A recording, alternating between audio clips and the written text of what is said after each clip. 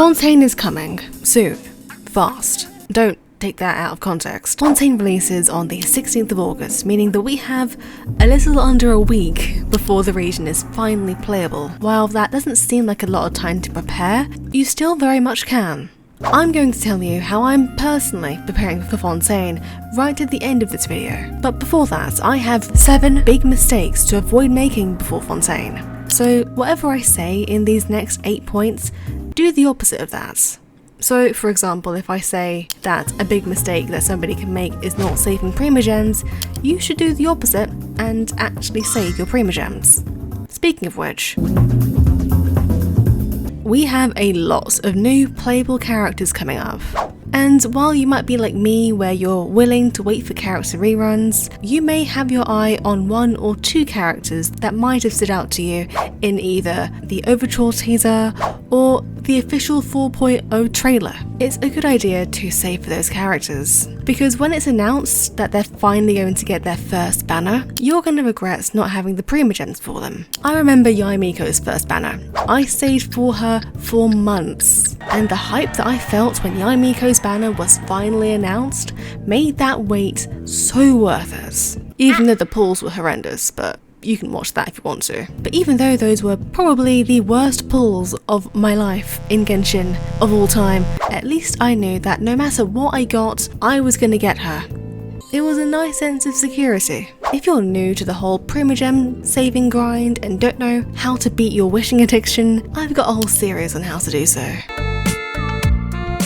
Fontaine is the land of Hydro, so it only makes sense to have a Hydro damage dealer. After all, there are bound to be puzzles that are going to need Hydro, especially if we're going to be exploring underwater. You probably have some Hydro support like Kokomi, Barbara, or even Candace. While they can do their own damage, having an actual Hydro DPS or sub DPS character will come in handy, especially if you have a Hydro 5-star like Yelan, Childe, or Ayato. Even Xingqiu will be very useful too. Not to mention, the Hydro Archon is going to be a playable Hydro character, obviously. So it would be nice to pair her up with another Hydro user on your team, because she may end up utilising Hydro Resonance quite well. Fun fact, did you know that Genshin actually changed what Hydro Resonance did in 3.0? They changed it from something that was fairly useless and unneeded to something that became way more useful. Just a fun fact. While it's important to have a Hydro character built, it's also useful to have a contrasting element built too, in case there are enemies in Fontaine with high Hydro resistance.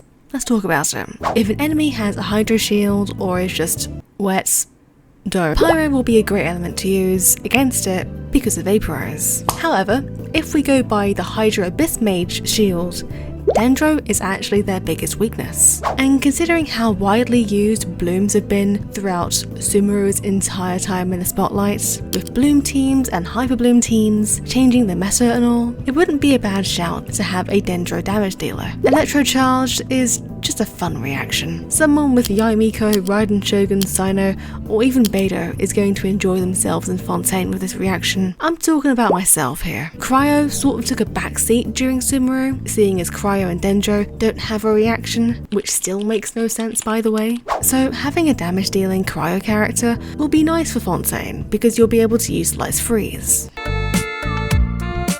If you're in the later ARs, you'll know that life can get a bit boring if you don't spice things up in Genshin. And what better way to spice things up than to use different characters? It's tempting to always use the same characters every day. After all, they're probably some of your most invested into characters. But at some point, you'll end up playing the game on autopilot, and as a result, you'll get bored of the gameplay sooner than you might like to. So if you feel like you're going to get bored, try building up someone new. If you're like me and you like to use the Strongbox every day after grinding for artifacts, this might actually be a good time to stop doing that and start saving your artifacts instead. Just like at the beginning of 3.0, where we got more artifacts for the Strongbox, the same thing's happening again in 4.0, where we're going to be getting artifact sets such as Shimenawa's Emblem, Tenacity, and many other artifact sets in the Strongbox. In addition to that, we don't know what stats these new characters are going to need. After all, Freminet looks like they're holding the bell in their character arts. While this could just be an aesthetic choice like Beidou's art where the weapon isn't exactly her best in slots, there is a chance that the bell could finally be useful. The same logic can be applied to artifacts. Something that might be totally trash right now could end up being incredibly useful for Fontaine characters. Quests can be long and time-consuming. Trust me, I can sympathize. But if you trigger them and then they end up being in your quest backlog, they're just gonna stay there for the rest of eternity. And eventually, if they're there for long enough, you're gonna start to feel uncomfortable about it. Deep down, it's just gonna start to bother you. It's like they're just staring at you menacingly. And even if it doesn't start to bother you, you've got to admit that this looks pretty ugly. You don't have to do all those outstanding quests right away, but maybe in addition to your daily Genshin routine, you could do 1 or 2 quests every time you log in. And if you're a dialogue skipper, you can just skip the non-voice acted dialogue, turn your brain off and watch a 3-hour compilation of kitchen nightmares. Don't ask why that's so specific. Even if you don't clear out all of your quest backlog before Fontaine, it's a nice feeling having it lessened, even if it's just a little bit. If you feel even a little bit that you're burned out or tired from Genshin, this is a good time to take a break, because then, by the time Fontaine is released, you'll come back to the game feeling refreshed and ready to have fun again, rather than just chugging along and playing for the sake of it. I have a good few videos on the process of burnout and how to help it, so if you feel like you need help with that, then I recommend watching those, turning off Genshin until Fontaine, and relax.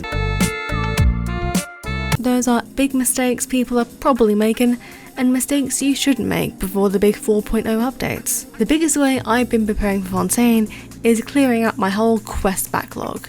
Literally, at the time of recording this, I have nothing in there besides hangouts. Maybe there are some quests here and there on the map that I've not unlocked yet, but apart from that, 98% of the quests in Genshin Impact, not including hangouts, for me, are done.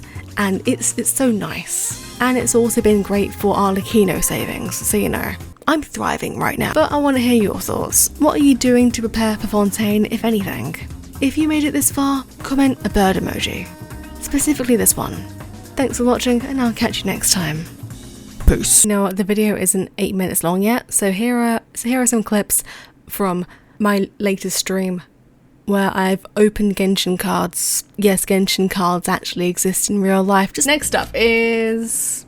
Hey, my first Yelan, let's go! We've gotten so many Eulas right now. So weird. Whoa, there we go! Shiny Alhaitham!